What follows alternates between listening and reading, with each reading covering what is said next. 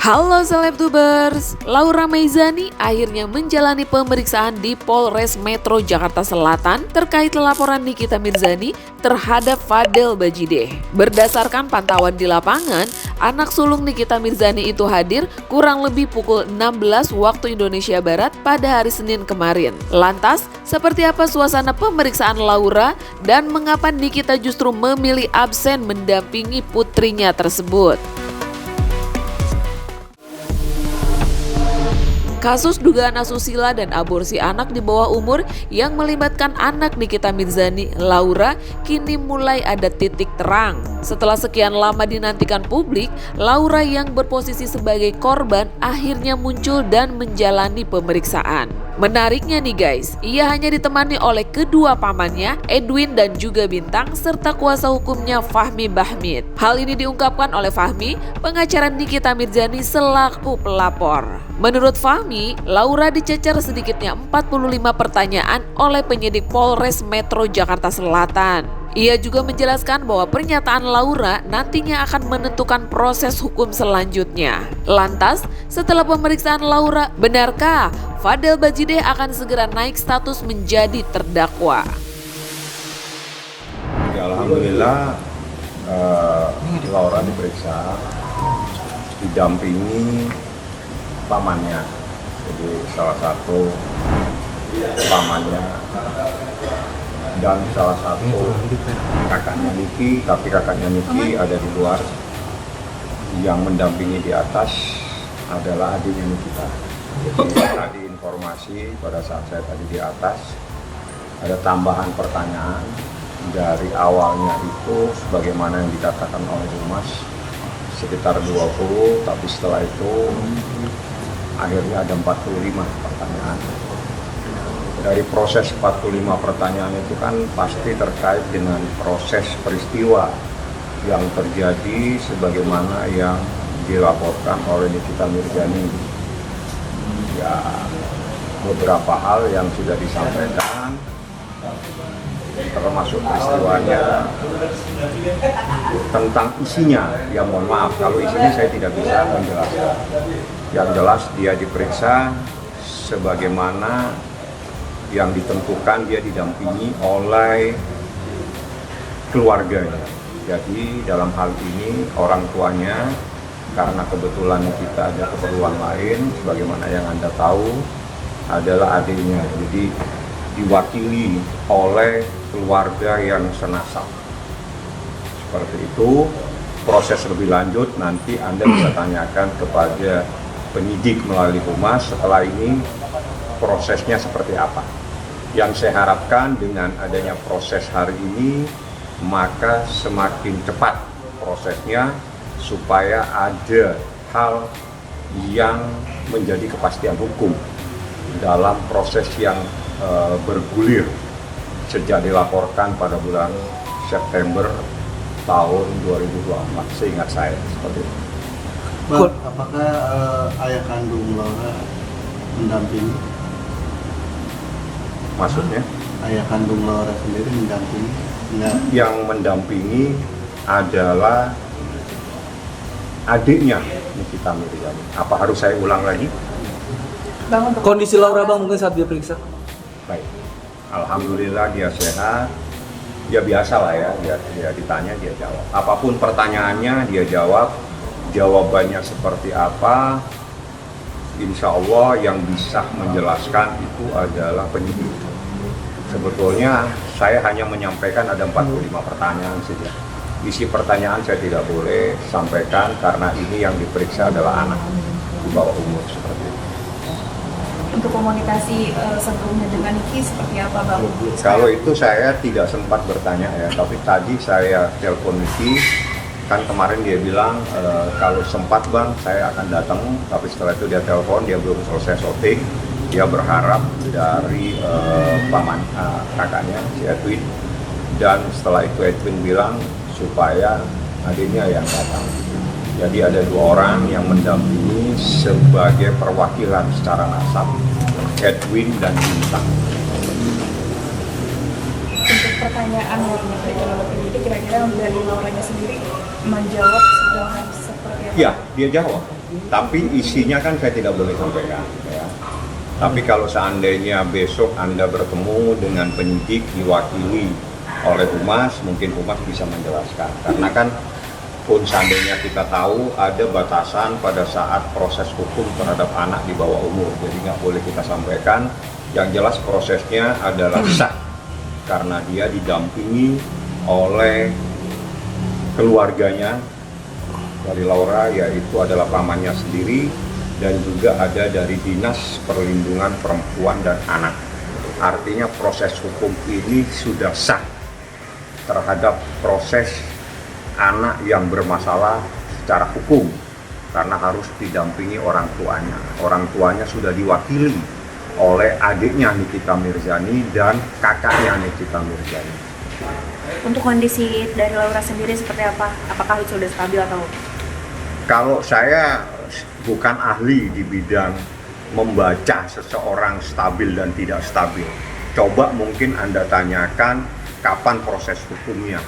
Kalau saya mencoba untuk menjawab, itu saya masuk kepada ahli psikiater nanti. Saya ahli hukum.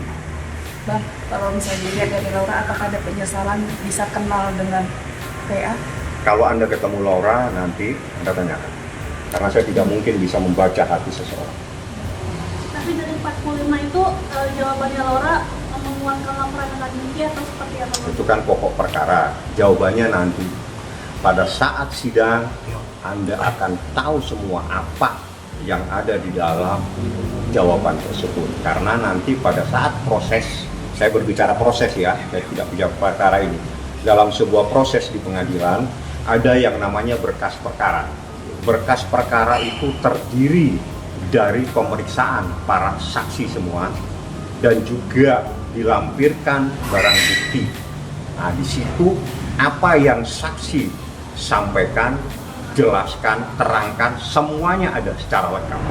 Nah, biasanya berkas perkara itu akan diterima oleh terdakwa karena itu diminta dan itu sesuai dengan aturan KUHP. Jadi tidak ada yang bisa ditutupi dan tidak mungkin ditutupi karena berkas itu akan berbicara. Saksi A misalnya akan menjelaskan seperti apa, saksi B akan menjelaskan seperti apa, itu semuanya ada. Kalau saat ini saya ada larangan karena yang menjadi pihak atau orang yang diperiksa subjeknya adalah anak di bawah umur. Absennya Niki juga dibenarkan oleh Humas Polres Metro Jakarta Selatan AKP Nurmadewi. Ia mengungkapkan bahwa Nikita Mirzani tidak bisa hadir karena ada pekerjaan yang tidak bisa ditinggalkan. Selama menjalani pemeriksaan, Laura juga disebut tidak tantrum dan juga kooperatif. Meski tanpa ibundanya, Laura dipastikan dalam kondisi sehat dan ceria serta masih mengenakan hijab. Tak hanya itu guys, hubungan Laura dengan Edwin, kakak Nikita Mirzani juga terlihat baik-baik saja. Ibu mengenai pemeriksaan Loli hari ini. Ya, jadi hari ini saudara LM, ya saudari kita LM ada di atas lagi dimintain keterangan. Dan ditemani oleh siapa aja? Ditemani oleh adik dari NM. Dari jam berapa Bu datangnya? Dari jam 16.00. Mungkin sudah Dari berapa pihak pertanyaan yang dijawab oleh Laura? Lagi berlangsung ya, dari penyidik sudah menyiapkan 20 pertanyaan. Ya. Seputar apa? Seputar yang jelas ya, mengetahui atau mengenal ya, itu jelas ya, apa-apa saja yang dilakukan, kemudian kapan, di mana, itu pasti jelas kita tanyakan. Ya. Tapi kondisi Loli sendiri gimana? Loli sendiri mungkin seperti apa? Sehat ya, dia ditanya kemudian menjawab. Dan dipertemukan dengan omnya sendiri gimana Bu? Apakah ada ini? Biasa saja ya, selayaknya saudara. Ini kooperatif ya? Iya betul. Jadi didampingi dari kuasa hukum juga ada, kemudian dari pihak keluarga juga ada. Aja tidak marah-marah, tidak tahu. Oh tidak. Ibunya nggak kelihatan. Ibunya nggak kelihatan. Nikita Mirzani nggak hadir apa? Iya tidak hadir ya. Jadi tidak hadir, ada keperluan yang tidak bisa ditinggalkan, diwakilkan dengan adiknya. Tapi hubungan mereka antara Loli dengan adik omnya ini baik. Memang lagi dilakukan pemeriksaan, didampingi oleh kuasa hukum, kemudian adik dari NM. Dari jam berapa? Tadi dari jam 14.00. Hanya Laura aja. 14 apa 16? 14 apa 16 Bu. 14 apa 16? Hah? 16.00. Oke. 16.00, mohon maaf. Kanan kiri ini Bu hanya Laura sendiri aja atau ada yang lainnya? Iya, dari PP, iya. Ketigaannya menemani atau Betul, menemani. Ya, mendampingi juga dan menemani.